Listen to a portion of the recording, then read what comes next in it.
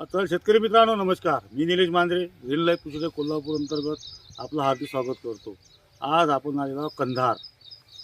आता हा कंधार जो हा तालुका आहे हा नांदेड जिल्ह्यामध्ये येतो आणि पीक आहे सोयाबीनचं. इथे जे सोयाबीनची कंडिशन आहे अति पावसामुळे अति बिकट आहे. परंतु अशाही सिच्युएशनमध्ये अशाही परिस्थितीमध्ये ग्रीन लाईफ कृषी कोल्हापूर अंतर्गत आपण इथे ट्रीटमेंट सुरू केलं आणि ह्या ट्रीटमेंटमध्ये कशा पद्धतीचे रिझल्ट इथे शेतकऱ्याला आले. माझ्यासोबत शेतकरी आहे, तर शेतकऱ्याकडून आपल्याला समजून घ्यायचं, जाणून घ्यायचं आहे का ग्रीन लाईफने ह्या एरियामध्ये यांच्या शेतामध्ये प्रॉपर कशा पद्धतीनं काम केलं. ठीक. तर शेतकरी मित्रांनो, माझ्यासोबत कंधारमधील ज्या पर्सनॅलिटी आहे त्या पर्सनॅलिटीचा जर विषय घेतला तर राजकारण समाजकार्यामध्ये त्यांचा मोलाचा वाटा आहे. त्यासोबत ती शेती प्लस व्यावसायिक म्हणून इथं कार्यरत आहे. असे शेतकरी माझ्यासोबत आहेत. त्या शेतकऱ्यांना आपण विचारू त्यांच्या प्रॉपर प्लॉटवर आपण ट्रीटमेंट केला आहे त्याचा रिझल्ट त्यांना कशा पद्धतीचा आला. हा सर नमस्कार. मला तुमचा सविस्तर परिचय द्या. मी जफरुल्ला खान, राहणार कंधार, जिल्हा नांदेड. मी शेतीसोबत दुसरे व्यवसाय आहे माझे, जमिनीचे व्यवसाय विकणे घेणे आणि राजकारणातसुद्धा आहे आणि समाजकारणसुद्धा सोबत करत राहतो. आणि शेती एक छंद म्हणून शेतीमध्ये बी थोडासा इंटरेस्ट आहे. तर सर मला सांगा, तुम्ही हा जो प्लॉट हे शेत आपलंच आहे आणि कंधारमध्ये आहे.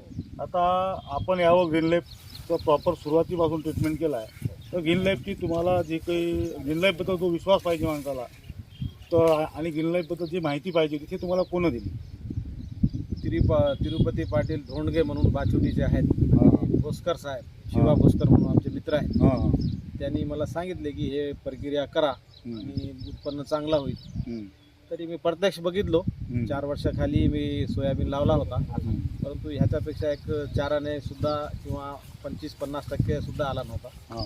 यावर्षी हवामान बी चांगलं आहे आणि तुमची प्रक्रिया परत मार्गदर्शन आमचे तिरुपती धोंडगे यांचा त्या हिशोबानं मला आता समाधानकारक वाटलं. नंबर 1. आता हा जो प्लॉट आहे ह्या अति पावसाळा यावर्षी झालेला आहे. असे पावसाळ्यामध्ये तुम्हाला काही एरियामध्ये तुमचं पाणी साचलेलं होतं, तर तिथचं जे सोयाबीन होतं थोडंसं मधात विस्कळीत झालेलं होतं. तिथून त्या सोयाबीननं कशा पद्धती उचल घेतली? आता वारंवार तिरुपती पाटील यायचे, त्यांनी मार्गदर्शन केल्याप्रमाणे आम्ही 3 फवारण्या घेतल्या आणि एक 20 प्रक्रिया केली. त्या हिशोबानं जे पाण्यामुळं जे हे झालं होतं ते बी बराच लेवलवर आला. काही आम्ही चाऱ्या वगैरे बी काढून पाणी काढल्या आणि फवारण्याही केल्या. बरोबर विश्वास ठेवून त्यांच्यावर आपण केल्या, त्याचे रिझल्ट चांगले आहे, समाधानकारक आहे.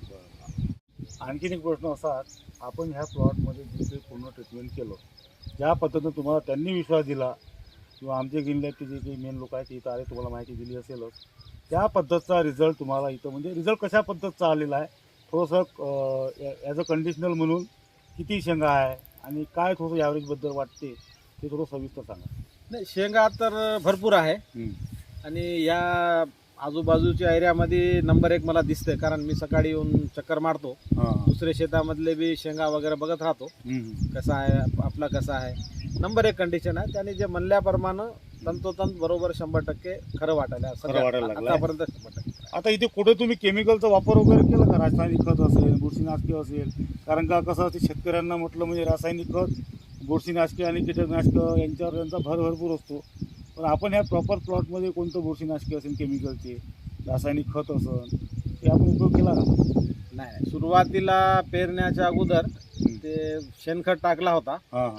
नंतर हे तिरुपती पाटील भेटल्यावर मग एक दाना सुद्धा आपण केमिकलचा टाकला नाही, केमिकलची फवारणी नाही, केमिकलचा त्याचा काही संबंध नाही, बिलकुल नाही. म्हणजे प्रॉपर आपण ग्रीन लाईफनुसार जे काही ट्रीटमेंट असतं, बीज प्रक्रियापासून पुढील 3 फवारण्या, त्याच्यामध्ये जे काही आपल्याला कंटेन त्या पिकाला आवश्यक असतात आपण ते दिले आणि तुम्ही फवारले. आता मला सांगा, तुमचं जी काही अपेक्षा आहे तुम्हाला काय वाटतं अंदाज इथं किती यावेळी लागू शकतो अंदाज कमी? आता हे पिकाच्या मनानं तर अंदाजे 10 क्विंटल हो असं माझा एकरी अंदाज आहे. 10 क्विंटल होईल. ठीक आहे. तर आता मला सांगा, आजूबाजूला तुमच्या मित्रमंडळीमध्ये सुद्धा किंवा हा एरिया सोयाबीनचा बेल्ट म्हणून ओळखला जातो, ह्या सोयाबीनमध्ये आणि ग्रीन लाईफची जे प्रॉपर आपण ट्रीटमेंट केला येते आपल्या सोयाबीनमध्ये तुम्हाला असा म्हणजे जो काही उतारा पाहिजे काय फरक वाटतो नेमका? माझा चारो बाजूनं जवळपास सोयाबीन आहे हम्म. आणि मी मुद्दाम आपला कसा आहे त्यांचा कसा आहे मुद्दाम पाहतो. बरोबर त्याच्यापेक्षा दुपटीनं तर मला चांगलं दिसाले. बरोबर. आपला- सोयाबीन कंडिशन चांगली आहे. आणि शेजारच्या लोकांनी सगळ्यांना केमिकल खत केमिकल फवारणी केली. हम्म. आपण एक थेंब केमिकल फवारणी केली नाही, एक दाना केमिकल खताचा टाकला नाही. तर शेतकरी मित्रांनो, आपण शेतकऱ्यांचं जे मनोगत आहे ते घेतलेलं आहे. त्यांना जो काही इथे प्रॉपर रिझल्ट आलेला आहे हे त्यांनी शब्दशः सांगितलं आहे. अजून जवळपास 15 दिवस सोयाबीन काढणीला वेळ आहे. सध्याची कंडिशन जर पकडली तर प्रत्येक झाडाला 100, 125, 100पासून ते 120 शेंगापर्यंत अशा शेंगा आहे. आणि बऱ्यापैकी गुचक्यामध्ये 4-4, 5-5 असे शेंगा लागलेल्या आहे. 3 दाण्याची शेंगा आहे जवळपास, 3 दाणे 2 दाण्याच्या पद्धती आहे. आणि अशाच पद्धतीचा रिझल्ट त्यांनी आजूबाजूचा बघून आणि गिनलाईफचा प्रॉपर बघून इथे त्यांचा एक अंदाज आहे की इथे 2 ते 3 पोते एकरीपर्यंत उत्पादन वाढन मला, एवढी त्यांना गॅरंटी आहे. विशेष म्हणजे ह्या प्लॉटमध्ये कोणत्याच प्रकारचा केमिकलचा खर्च झालेला नाही. जवळपास 35 ते 4 हजारापर्यंत एकरी खर्च इथे झालेला आहे. 3 फवारण्या झाल्या, बीज प्रक्रिया झाली. अशाच पद्धतीनं पुढे यांच्या शेतामध्ये जे काही पुढे ट्रीटमेंट असेल हरभऱ्यासाठी म्हणा, तुरीसाठी म्हणा, ते करण्यात इच्छुक आहे.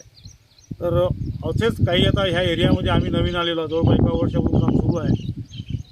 हे शेतकऱ्यापर्यंत पोहोचलं पाहिजे, कारण का मार्केटमध्ये नवीन आहे, प्रॉपर ट्रीटमेंट आहे. कुठेतरी केमिकलवर जो शेतकरी अवलंबून आहे, एक पर्यायी व्यवस्थापन गिनलाईफ देण्याचा प्रयत्न करत आहेत. तर अशाच पद्धतीनं आणखीन जर काही तुम्हाला गिनलाईफबद्दल जाणून घ्यायचं असेल, समजून घ्यायचं असेल, सर्वच गोष्टीतून, उत्पन्नाच्या गोष्टीतून, खर्चाच्या दृष्टिकोनातून आणि प्लस ऑर्गॅनिक ट्रीटमेंट, तर तुम्हाला स्क्रीनवर नंबर मिळेल. त्या नंबरवर अवश्य कॉन्टॅक्ट करा आणि गिनलाईफबद्दल समजून घ्या, जाणून घ्या. धन्यवाद.